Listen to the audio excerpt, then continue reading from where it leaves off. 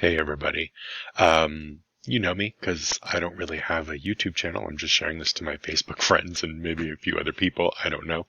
But my name is Eric Launer, and today I'm going to nerd out on you with some Eurovision stuff because some of you are seeing my posts and some of you I think are getting the wrong idea about how I'm like, what? And I'm just, posting kind of these things. So I just wanted to kind of explain some things maybe. I don't know how many times I can overuse the word things, but I just wanted to kind of come at you and give you a little nerdy kind of PowerPoint here about how this kind of works. So I'm calling this the Intro, Info, and Hot Takes 2021 edition. Now, the finals haven't happened. Those are going to be on Saturday at 3 p.m. Eastern. I'm going to talk about that a little bit later. So yeah, just a nerd. And spoiler alerts if you haven't seen the first two semifinals, which semifinal 2 was last night, Thursday, and semifinal 1 was on Tuesday. So we'll talk more about that. So, real quickly, what is Eurovision? So the Eurovision Song Contest is an international song competition started in 1956, organized annually by the European Broadcasting Union, which features participants representing primarily European countries, asterisk, 41 to be exact in 2021. Each participating country submits an original song to be performed on live television, with competing countries then casting votes for the other country's songs to determine a winner in a format of 2 semifinals and a grand finale. Typically, the winner hosts the contest the next year. So last year we didn't have a Eurovision because of the pandemic, but in 2019, the Netherlands won. So last year it was supposed to be, and this year it is, in Rotterdam. Big shout out to Nicholas for giving me the Eurovision swag. It's awesome. And also another quick shout out to Ragev, who is my friend that got me hooked on Eurovision. So going back to that asterisk, primarily European countries. So there are countries such as Israel, Australia, and Australia is certainly the most far-flung country. So a lot of people see the Euro in Eurovision and think, oh, well, if you're not actually in Europe, you shouldn't be in the contest. When actually the rules are how the contest goes is European Broadcasting Union. That's where the Euro comes in. So any country that broadcasts and is a part of the European Broadcasting Union gets a chance to participate. So you've got a lot of countries around Israel, Turkey, Azerbaijan, things like that. And again, Australia. In parentheses below that, you can see I've put in there, let's talk about scoring a bit and the big 5 plus the winner. So there is what's called a big 5, and pardon me, I don't know that I'm going to be able to do them all off the top of my head. There's Germany, the UK, Italy, France, and Spain. Okay, hey, I did it. So those 5 countries contribute the bulk of the financial machine that makes this all run. So those big 5 actually get to skip the semifinals and go directly to the grand finale. If you are an America's Got Talent watcher, I suppose that's like the big 5 people getting the golden buzzer to just go to the live show, quote unquote. Okay. But, and then also plus the winner. So for example, the Netherlands, as I said, they're hosting this year, so they didn't have to go through the semifinals. They're automatically on to the grand finale. So otherwise, there were many songs that came in. So whatever 41 minus 6 is, right? 35.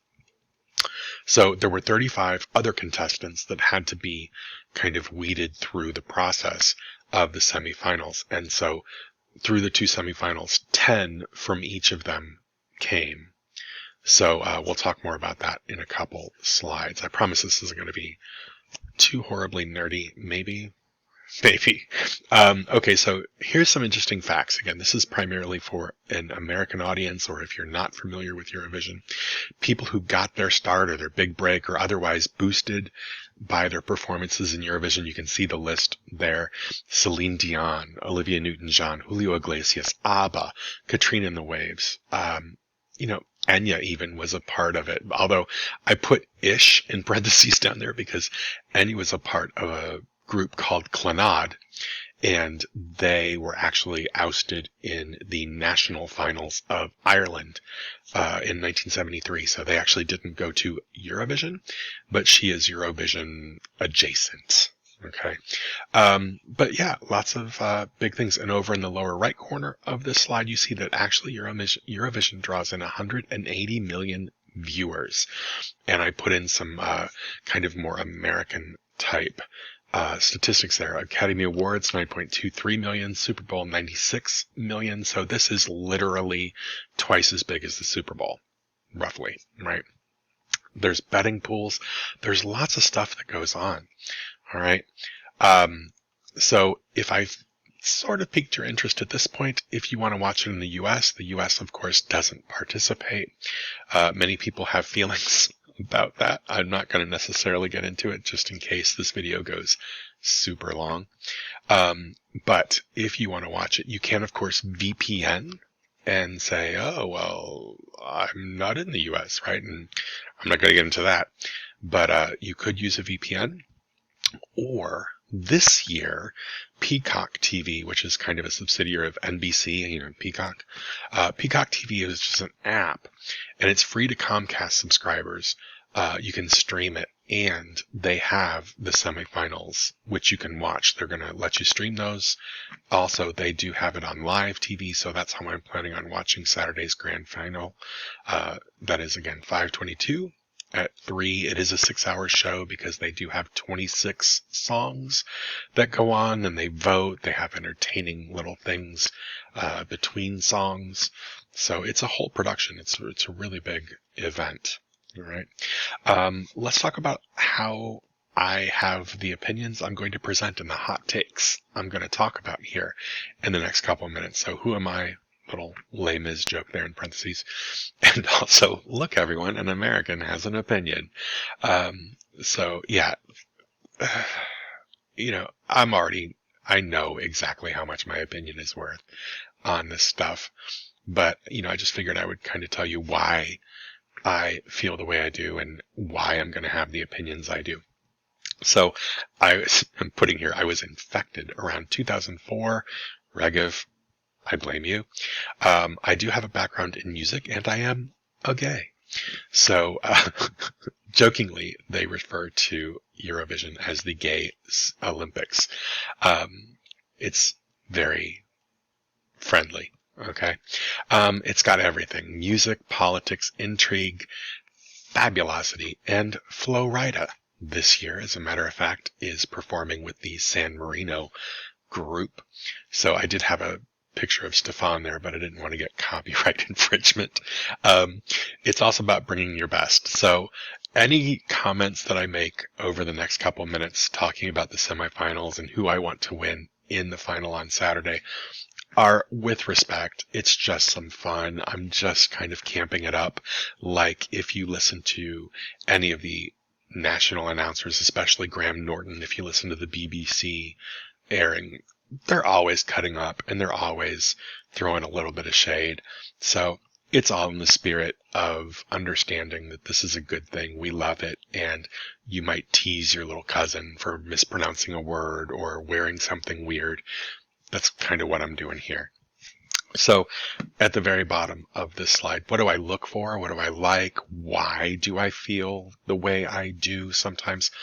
I love the dance beats that we don't get here. There's definitely a very European sound to some music, especially songs in other languages. I love songs in other languages. It's actually been kind of rules and traditions throughout the years to flip-flop, where some years they all sing in English, and it's just like, okay. And then some years they mix, and some years, some entries, it's kind of all up to the countries, really, for the most part. Like I said, I think there were a couple years where it was kind of mandated. But anyway, I really like songs in other languages. And the points of view and topics we don't see here. So, for example, let's be real. Uh, a lot of people say, oh, there's no politics in Eurovision. It's all about the music. It's all about the songs. This is your first time. No, there's lots of politics in it. But, they kind of keep it on the down low. It's kind of, behind the scenes. So that's what I'm talking about when I put up there politics and intrigue and stuff. There are definitely, attitudes and, just beliefs that you really see in Eurovision, but it's real discreet. So I do like seeing those points of view. I like seeing those topics. Sometimes you get things, for example, I'm just going to give you one example. A couple years ago when Crimea situation was happening with Russia, the country, Ukraine, couldn't think of it. Ukraine won. Jamala presented a song called 1944, which kind of dealt with an invasion and things like that. And they won, and it was fantastic. And it was clearly political without being real, in your face and stuff. But again, I'm nerding out on you. It's really, really good stuff. All right. So I'm just giving you a little spoiler alert right now. Like I said, if I've intrigued you and maybe you want to go back to watch the semifinals, stop right now because I'm about to ruin who got qualified from 1 and 2 and all that kind of stuff. So, given who I am on that previous slide, let me tell you kind of some of the issues I saw and why I'm going to feel the way I feel. I felt like a lot of people were really pitchy. I don't know what the deal was, if they could hear themselves. There were a couple people that were on pitch, like from start to finish, and there were a lot of people that didn't, and some of those people that didn't made it through. So with that being said, a lot of the way, let me go back quickly to the voting. So with voting, you have a jury vote. Each country kind of comes up with who a jury is. They're usually music professionals or delegates, or it's kind of up to them who they put in the jury, really. But you'll have a jury, past winners, things like that. You'll have a jury vote from a country, and then you also have what's called televoting from the actual audience members. And so somebody's going to get their final points scored from 50% of the jury vote and 50% of the live vote. And so what happens is the juries vote on the second dress rehearsal before the actual performance. So I think what happened this year, perhaps, it's a theory maybe that I have, is that these acts performed really well in their dress rehearsal and got their jury votes, and then they just were horrible on the actual semifinal stage and didn't get a lot of audience votes, or vice versa. So there's kind of a weird issue with voting, in my opinion, anyway. So yeah, some people were just really off pitch. And then I put there, did this hit different in the studio? Because some of these songs had a really thin sound. Like, I like Sweden's song. I really do. I like Sweden's song. But it just seemed kind of thin. There weren't a lot of layers to it. It wasn't really a full sound spectrum coming at your ears. It just was like, ugh. And then, no peaks. Like, it's a common rule, which you can obviously disregard. Rules sometimes are meant to be broken, but it's a common rule in music to, have a beat that drops, especially toward the beginning. You kind of set it up and then you drop the beat and off you run. Or there's another rule whereby, this is more in traditional music, you kind of build toward 2/3 of the way through and then you kind of resolve at the end. And so you have that build up, climax, denouement kind of, from literature type world. And then you've got people, what's the outfit necessary? There are just some people. San Marino, I'm looking at you. Who was the lady with the green? I can't remember her. I'll see it on I can't remember her country, but I'll see it on the next slide. And also to the outfit thing, look at the tweet that I'm showcasing there. I don't know what it is about this year, but they apparently all had the same dressmaker. I do believe 3 of the 4 women shown there qualified for the final. So we're going to see the same dress pretty much on a lot of women. And then lastly on the left there, unfortunately, Ireland, this is kind of directed at you. I did like your song. I do love you. But Was that camera angle necessary? Was that prop necessary? A lot of people get real uptight about this is a song contest. Focus on the song. And so I felt like some songs this year really got away from them because it really was wrapped up into presentation or stage presence, and stuff like that. So anyway, here's semifinal one that happened on Tuesday. I'm putting on here little symbols. So I want to give special shout outs to Russia, Cyprus, and Ukraine with little green check marks because they actually impressed me more. So what happens here is throughout the year, as countries pick their songs, pick their singers or bands or, whoever's going to be presenting their song, they will frequently do kind of an official video as a way to introduce people, drum up interest, get everybody kind of behind them. So over the last 5 months or so, been watching videos as they come out. And so Russia especially, their video, I was like, this is weird. This is just, I don't know. This is just hitting wrong. But when they actually performed it at semifinal, I was like, okay, I don't know where this came from, but this is exactly what I like. This is great. Now, I'm not picking them to win, but I did really like their presentation actually on the stage. I thought it was a lot better than what they did in their video. Same thing with Cyprus, same thing with Ukraine. Ukraine was just off the chain. Like when it first started, I was just a little bit kind of like, what's going on? But then by the end, it was like, yeah, big time, totally in it. Also, what's interesting, going back to one of the first slides about how there's betting pools and stuff, actually at the beginning of the semifinal, before the actual presentations were going on, Malta was kind of the favorite to win with Jimikas. And it's a great song. It's a good song. I'm not saying anything bad about it. But it's interesting that after both semifinals now, those odds have changed. There's a lot more like, wow, how did this one go? On the left, though, as for ones that qualified, that I was like, what? Lithuania, it's a fine song. Like I said, I'm not trying to trash anybody, but Lithuania's song, I think, suffered from it didn't peak. It didn't go anywhere. It was super low key. It was just like, okay. It was honestly what my body wanted to do during Lithuania was just do the Night of the Roxbury. That's about as much energy, I thought, as Lithuania's song had. It didn't make me want to dance. It didn't make me want to do anything. It made me want to eat the popcorn. That was about it. Norway, I don't get it. Again, it's a fine song. It's a fine song, but I don't get why people love it as much as they do. I don't know. Is there a backstory that I'm just awful on or something? I don't know.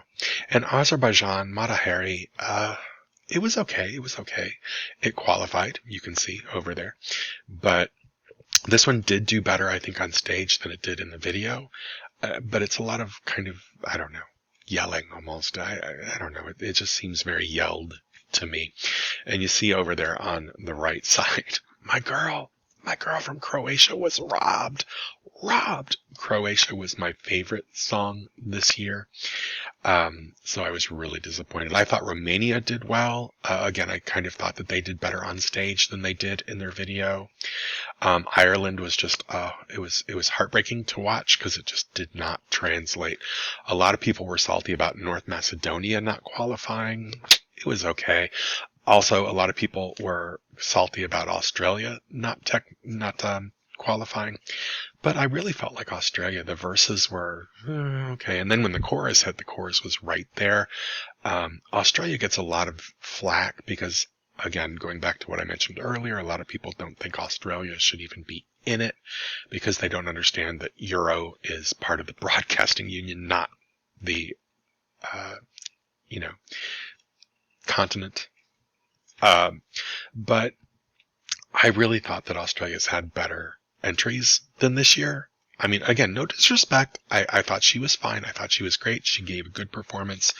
I just didn't feel like it was a strong enough song to warrant being qualified.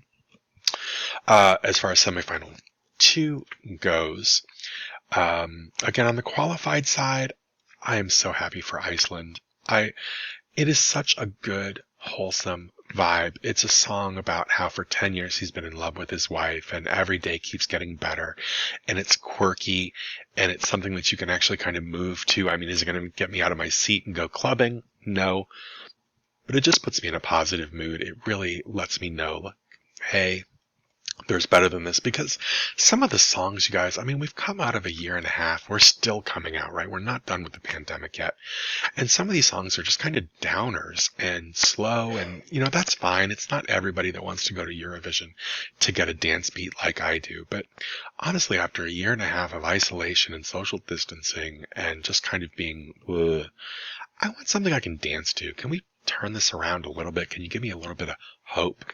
But having said that, one problem with Iceland is that unfortunately one or two, I don't know about the second person, but one or two people from the band actually contracted COVID just before their performance, like the day before their performance. So what Eurovision is doing is that they're not disqualifying them from the competition. They are putting the recorded jury performance in there. So they're not performing live, but they are still in the competition. And the reason they're doing that, Duddy Frere, who, please forgive me for butchering his name perhaps, but the kind of lead singer, the guy who has the band, doesn't want to perform if all of his friends and all of his bandmates cannot be on stage with him. So I give him props for that. I think that they are a bit of a dark horse. They could win, but I don't know. It just depends kind of on people's mood. Finland, loved it. It's a hard rock song. It really is good. It's not your typical Eurovision song. However, saying that, there are usually now one or two rock songs each year, so it's really good. It's actually my preferred one. No disrespect to Italy. Italy is the other one in the competition this year with a rock song. I just liked Finland's a little better. Switzerland. Switzerland was good. I feel like there were some costuming choices that I wouldn't have personally made, but I think the kid that's singing, and I call him a kid because it looks like he's terribly young, the guy that's singing it is really good, and I really do like Switzerland. It's a good song. Moldova. How did that get through? She was so entirely off pitch, and it was not a memorable song. So I don't know. I don't know how Moldova qualified at all. Over on the right side, the only one that I was really surprised by was Austria. I thought Austria did a great job. Again, I think it's maybe just the vibe and the tenor of the song that didn't make it go through. It's kind of a slow song. It is fairly repetitive. It does have a powerful chorus, and I think maybe they relied on that a little too heavily. But I thought it was a really good song. I thought it was a strong song. Latvia was the one with the green dress, and it was just kind of, oh, okay. A lot of people were salty about Denmark. I didn't find the song that endearing. I thought it was kind of catchy. It was interesting. It's definitely an 80s throwback. It feels almost like an 80s theme song to me. And again, I'm saying this in a loving way. I'm just kind of relating it to my personal experience. But at the end of the day, I just thought there were better songs. I've seen a couple people be a little surprised by the Czech Republic. I really didn't feel like that was a strong song. It's, Omaga, but it's actually Oh My God. So it's kind of like Inagata Davida-ish. Estonia, some people are surprised Estonia didn't go through. Personally, I'm not. It was okay, but just not memorable. So here's the grand finale. There's the running order. It is split into halves. And I've put the asterisks and italicized the big five plus the Netherlands, which is our winner previously. So those people who are italicized with asterisks are the ones that you didn't see on the last two slides that I didn't talk about. And to say anything about them, I feel like United Kingdom is fine. Fine. Spain is fine too. Spain's fine too. France, a lot of people love France, but I don't know. Again, it goes back to the fact that I like a dance beat. I like something a little more upbeat, and France is just very much not. very much not. Italy, again, is another rock song. But it's good. It's good. If you like a good hard beat and rock experience, check out Italy. Germany, I love Germany. I love Germany. Ich liebe. But, your song is absolutely atrocious. Which kind of lets me bring up something like, I don't know that I understand that the top five donate a lot of money and time and, make this whole thing happen that I love so much that I'm now at 25 and a half minutes from this little video that I wanted to do. But I just don't know if they need to be automatically put in the finals, I mean, can we come up with maybe another way to respect and appreciate their contributions? Because you guys, to be honest, I don't think United Kingdom or Germany, especially those two, put in some really good songs a lot of the time, at least in recent years, perhaps. I don't know. Again, I'm an American with an opinion, so never mind. Don't bother hating. I already know that my opinion is next to nothing. So let's move over to the other side. So you see my distribution of points. That's how, by the way, the points work. 1 through 8, then 10, then 12 points. 12 points will be awarded. So I would love to see Iceland win. I really do. Ukraine and Finland. I also love. Switzerland was the kid with just the really good energy. Cyprus has a good, upbeat song, a good dance song. El Diablo. It's fun. Russia, again, I really give them a lot of credit for stepping out. It's also a woman that's like, screw men, screw the world. Women are powerful. It's kind of a Russian Beyonce kind of song in that regard, although don't get it twisted. Don't look for Beyonce in the Russian presentation. Malta, again, Je me casse. It's cute. I love it. It's got good energy. I just don't feel like it hits as hard as a lot of people want it to. That would be my biggest thing. I might move it up to maybe 5 where Cyprus is, but it's in the middle for me. Albania, another woman in the silver dress. It's good. It's good. I like the song. I thought that they really did a good job with the stage, so I'm interested to see them kind of really well practice that and see that on the final stage as well. Portugal is outside of my norm, you guys. It's definitely a slow song. It's also, I think, a song that suffers from the doesn't peak category. It's just from start to finish. It's a line. And the singer is amazing. The singer is really good. I think that's why they're where they are. And I like the instrumentation. I like the music itself. I just wish it kind of had a rhythm to it, a rise and a fall. But it was fine. Sweden got 1 point because honestly, I just don't like the other songs enough to give them 1 point. Sweden, I like your message. I like the song. Sweden is a darling of Eurovision. I mean, hello, ABBA. But I just felt like it was a little thin. Get some mid voices in there, get some instrumentation to fill that up. And again, it also didn't seem like it really went somewhere. I didn't get taken anywhere with the music. It just from start to finish was on the level. So anyway, those are my takes. This was a little longer of a video than I planned to do, but again, I'm really passionate about it. I love Eurovision. And if you actually stayed through this whole thing to listen to me blather on about this, thanks a lot. I really appreciate it.